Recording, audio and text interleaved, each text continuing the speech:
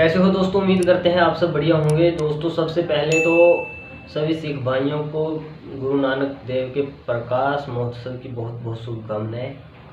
और अब बात करते हैं दोस्तों जिस खबर से आप सब परिचित हैं उसी को लेकर।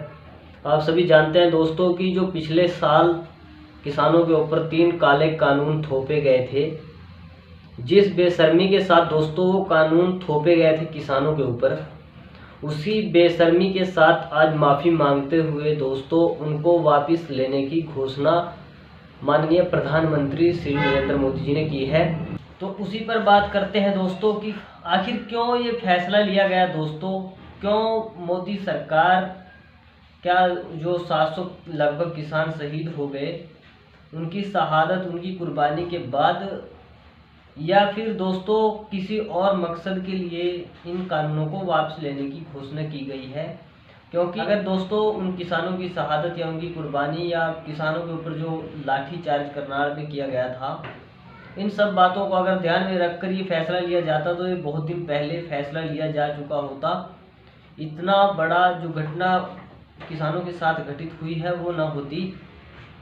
लेकिन इसका जो उद्देश्य है दोस्तों वो साफ है और उससे सभी परिचित हैं जो समझते हैं इस चाल को। वो जो उद्देश्य है वो ये है कि जो आने वाले 2022 में कई राज्यों में विधानसभा चुनाव हैं, वो इसका मेन उद्देश्य है। क्योंकि दोस्तों बीजेपी का जो गढ़ है अच्छी लीड ले रही थी दोस्तों, जहां पर बीजेपी अगर सर्वे के हिसाब से ही देखा जाए, या पिछली जो सरकार है वो बीजेपी की है यूपी में, उत्तराखंड में, वहाँ पर दोस्तों अब बीजेपी से वो राज्य निकलता हुआ नज़र आ रहा था। और जो इनपुट उनको वहाँ से पार्टी अध्यक्ष देते थे मोदी जी को, उसके आधार पर ये फैसला लिया गया है। इस बात को दोस्तों सभी जानते हैं और इस बात की पुष्टि कर देता है एबीपी न्यूज़, जो कि आप जानते हैं दोस्तों तथाकथित गोदी मीडिया है। उसकी एक खबर के हवाले से मैं आपको बताना चाहता हूँ दोस्तों क्या मेन उद्देश्य है और क्यों ये बिल वापस करने का एक जो फैसला है वो लिया गया है। एबीपी न्यूज का कहना है दोस्तों कि कृषि कानूनों को वापस लेकर बीजेपी ने 5 राज्यों के विधानसभा चुनावों से पहले बड़ा दांव खेला है। एक कदम पीछे खींचकर प्रधानमंत्री नरेंद्र मोदी ने जहां पंजाब में बीजेपी के लिए आसान की है, वहीं उनके इस फैसले में पश्चिमी उत्तर प्रदेश में अपने दरक रहे बड़े वोट बैंक को फिर से कब्जाने की जुगत भी दिखाई देती है। आगे वो कहते हैं कि बीजेपी के सूत्रों के मुताबिक पीएम मोदी को पश्चिमी उत्तर प्रदेश में बीजेपी के लिए कठिन हालात की जानकारी पार्टी अध्यक्ष की तरफ से समय समय पर दी गई थी। पार्टी की ओर से निकाली गई किसान यात्रा से भी जो इनपुट मिले थे उसने भी पार्टी नेतृत्व की आंखें खोल दी। अब से तकरीबन 1.5 महीने पहले सरकार में उच्च सतर पर कृषि कानूनों की वापसी को लेकर सहमति बनना शुरू हो गई थी। यानी हालात का अंदाज़ा इनको बहुत पहले ही हो चुका था, लगभग 1.5-2 महीने पहले। और इनको वापस लेने के लिए जो सहमति है, जो आपस की पार्टी की मीटिंग है, वो होनी शुरू हो चुकी थी दोस्तों। आगे एबीपी लिखता है कि खतरा मोल नहीं लेना चाहता था केंद्रीय नेतृत्व। उत्तर प्रदेश के विधानसभा चुनाव को दिल्ली की राह के तौर पर देखा जाता रहा। कोई भी दल उत्तर प्रदेश की राह को कठिन होते नहीं देखना चाहता। सबसे ज़्यादा लोकसभा सीटों वाले इस राज्य में अगर थोड़ी सी कसर की वजह से सत्ता चली जाए तो दिल्ली का रास्ता कठिन होते देर नहीं लगती। इसलिए केंद्रीय नेतृत्व खतरा मोल लेना नहीं चाहता था। क्योंकि दोस्तों आप सभी जानते हैं कि जो पूरे देश में लोकसभा सीटें हैं सबसे ज़्यादा उत्तर प्रदेश से ही हैं। इसलिए जो दिल्ली जाने का रास्ता है वो वहीं से होकर निकलता है। जो दिल्ली की सत्ता को पाने का जो एक, केंद्र की सत्ता को हथियाने का जो एक हथियार है, एक रास्ता है, वो यूपी से ही होकर निकलता है। और आप सभी जानते हैं कि इस कृषि आंदोलन में यूपी, पंजाब, हरियाणा, राजस्थान समेत अन्य सभी राज्यों के भी चाहे थोड़े किसान हो, सभी इस आंदोलन में शामिल थे।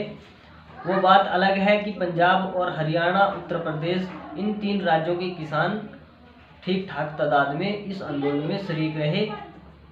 और यही खतरा अब महसूस होने लगा था, यही डर अब सताने लगा था कि कहीं अगर किसान इसी प्रकार से नाराज रहा तो सत्ता हाथ से जाएगी यूपी की तो जाएगी ही जाएगी, बल्कि जो केंद्र की सत्ता है, जो लोकसभा सीटें हैं, वो भी बीजेपी के हाथ से खिसकती हुई नज़र आ रही थी। क्योंकि आप सभी जानते हैं दोस्तों कि जब से किसान आंदोलन पर बैठे हैं, जब से किसान अपना आंदोलन कर रहे हैं, तब से हरियाणा, पंजाब और उत्तर प्रदेश में बीजेपी के विधायकों और सांसदों का निकलना और बढ़ना बिल्कुल हराम किया हुआ था किसानों ने। किसान जहां भी इनके नेता मिलते, जहां भी इनके सांसद मंत्री मिलते, उनसे यही सवाल था कि क्यों आपने ये कानून हमारे ऊपर थोपे हैं जब हमें इनकी ज़रूरत नहीं है। तो कुल मिलाकर दोस्तों इस पर अभी जो किसान नेता है उनका ये कहना है कि अभी हमारी घर वापसी नहीं होगी जब तक पक्की गारंटी हमें नहीं मिल जाती। क्योंकि दोस्तों जो फैसला लिया गया है, जो बात नरेंद्र मोदी ने कही है, उनका कहना है कि जो संसद का जो सत्र शुरू होगा अभी इस महीने के लास्ट में, उसमें हम इन कानूनों को रद्द करेंगे। लेकिन उसके अलावा भी कठिनाइयां अभी उनके लिए बाकी है। क्योंकि दोस्तों किसान इसके साथ साथ एमएसपी पर अड़े हुए हैं कि वो भी गारंटी कानून बनाया जाए। तो दोस्तों अगर सरकार ये सोचती है कि हम 3 कानून वापस करके किसानों को राहत दे रहे हैं, तो ये अभी राहत नहीं है। क्योंकि इसका एक हिस्सा एमएसपी भी है दोस्तों, और जब तक किसानों को एमएसपी पर गारंटी कानून नहीं मिलेगा तब तक किसान आंदोलन से नहीं हटेंगे, ये किसानों ने साफ कर दिया है।